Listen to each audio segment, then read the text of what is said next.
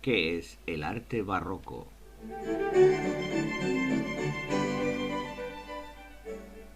El arte barroco constituye una ruptura definitiva con el clasicismo del arte renacentista. Es una respuesta al lenguaje clásico que ya había puesto en valor el manierismo, pero que ahora se amplifica exagerando la expresión artística hasta límites extremos. Se recargan las decoraciones, se agitan las composiciones, se quiebran los ideales de proporción y equilibrio y se generaliza el artificio y la desmesura. Es un arte contradictorio, variado, idealista, grandilocuente y sobre todo un arte de la apariencia, que por eso mismo asume una expresión escénica y teatral que hace buena su premisa fundamental. Esse est percipi. Lo que parece es. Además es un reflejo exacto de la época en que se desarrolla, caracterizada por dos fenómenos históricos que tendrán una repercusión directa sobre la creación artística. La ruptura de la cristiandad entre católicos y protestantes, después de la Reforma protestante y de la Contrarreforma católica auspiciada desde el Concilio de Trento, y el predominio de las monarquías absolutas. Ambos aconteceres encontrarán en la obra artística su mejor instrumento de difusión y divulgación, convirtiéndose por ello en un arte también de la propaganda. Propaganda de los nuevos ideales pregonados tanto por católicos como por protestantes, y propaganda política del poder incontestable de las monarquías absolutas. Italia mantiene la inercia del liderazgo artístico que había asumido durante el Renacimiento, y de ahí que el barroco italiano siga siendo una referencia de primer orden y que sus artistas sigan asumiendo un protagonismo de carácter universal. No obstante, el contexto histórico en el que se desarrolla el barroco se extiende por toda Europa, y por ello se generaliza el uso del arte como arma arrojadiza entre católicos y protestantes y como argumento político de los reyes absolutos, por lo que no debe de extrañar que el arte barroco se generalice por todo el continente de forma mucho más amplia que lo había hecho el Renacimiento. La arquitectura barroca evoluciona desde las últimas propuestas manieristas fomentadas por la Contrarreforma hasta una formulación arquitectónica que pretende crear edificios de carácter propagandístico y de concepción espacial unitaria. El valor propagandístico convierte los edificios en escenarios, lo que explica la exageración decorativa en fachadas, capillas interiores y retablos, donde el papel de la escultura y de la pintura es primordial. Ese valor propagandístico requiere unidad de espacio porque exige la total integración de todo el escenario en un único espacio visual. Esto explica el éxito de las plantas centralizadas, subrayadas en su unidad por el efecto lumínico y arquitectónico que ofrece la construcción de grandes cúpulas. Las plantas centralizadas presentan múltiples versiones, circulares, elípticas, octogonales, de cruz griega, pero eso sí, evitando siempre la sensación de armonía de las plantas centralizadas de la arquitectura clásica.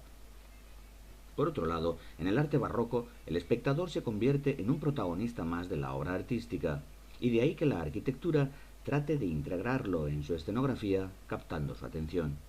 Por ello se plantea como una arquitectura móvil, de paredes ondulantes y formas cóncavo-convexas, de juegos de luces provenientes de múltiples focos, y por supuesto, de una decoración intrincada y agobiante que en conjunto sometan al espectador a una tensión continua.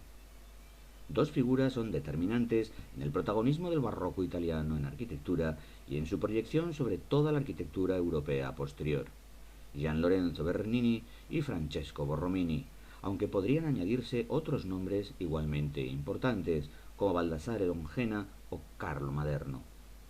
En el resto de Europa, el barroco de propaganda regia tiene su mejor ejemplo en Francia y en su obra más descomunal, el Palacio de Versalles.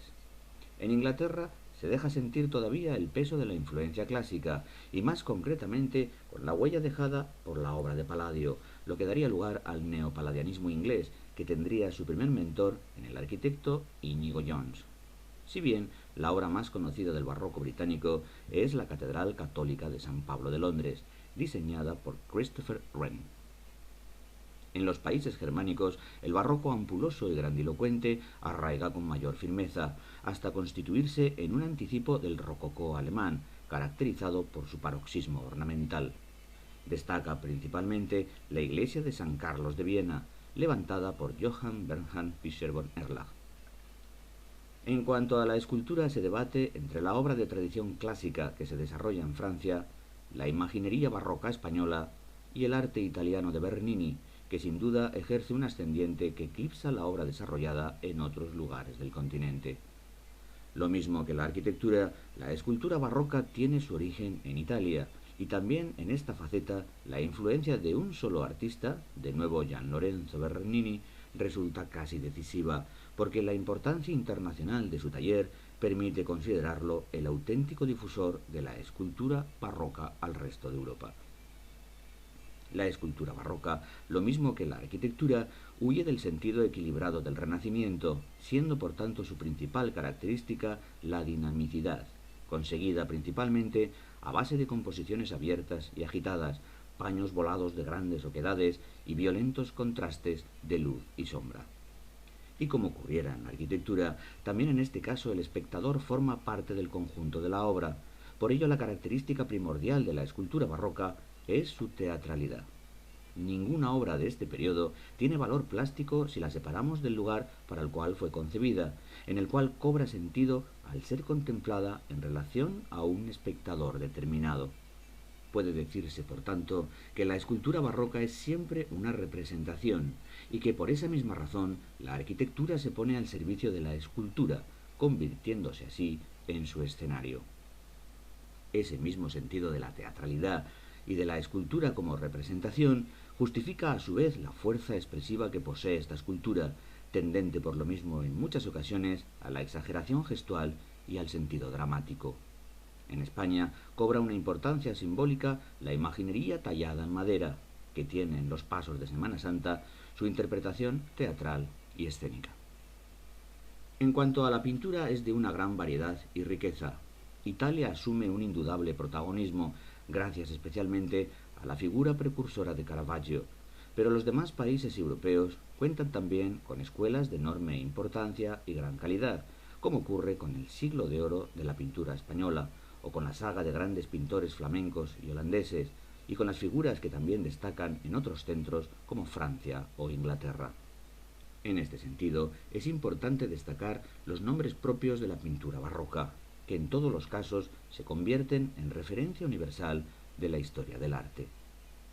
Además de Caravaggio en Italia, lucen con luz propia Pedro Pablo Rubens, Rembrandt y Vermeer de Delft en los Países Bajos, Rivera, Zurbarán, Murillo y por encima de todos ellos la figura insustituible de Velázquez en España, y en Francia autores tan diferentes como Nicolas Poussin, Claude Lorrain, Georges Latour o los hermanos Lenin.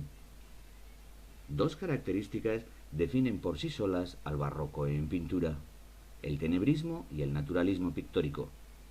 El tenebrismo consiste en un peculiar tratamiento de la luz, caracterizado por sus violentos contrastes de luz y sombra.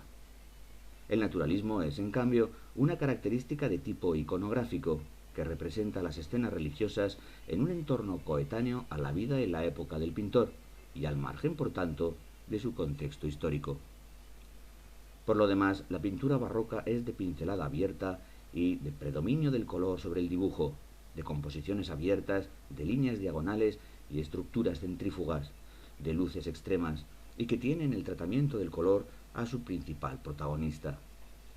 En efecto, la pintura barroca es muy colorista y encuentra en el estallido cromático un complemento al dinamismo de la composición y al esplendor ornamental típicamente barrocos. Son numerosos los géneros que se diversifican en esta época, desde la pintura religiosa, de gran intencionalidad propagandística en los países católicos, a la mitológica, a la pintura de género, como el florero, el bodegón o el paisaje, el tema costumbrista o el retrato regio. Y son asimismo muy variadas las tendencias dentro del propio estilo barroco, porque conviven al unísono la pintura de formas voluptuosas y gran agitación y movimiento típicamente barrocas de un Rubens, por ejemplo, con la pintura naturalista de Caravaggio, el barroco clasicista de Poussin o Carracci, el tenebrismo extremo de Latour o el realismo de Velázquez y Rembrandt. La evolución de la pintura italiana, ya en el siglo XVIII, seguirá una doble corriente bien diferenciada que se aleja en cualquier caso del tenebrismo del 700.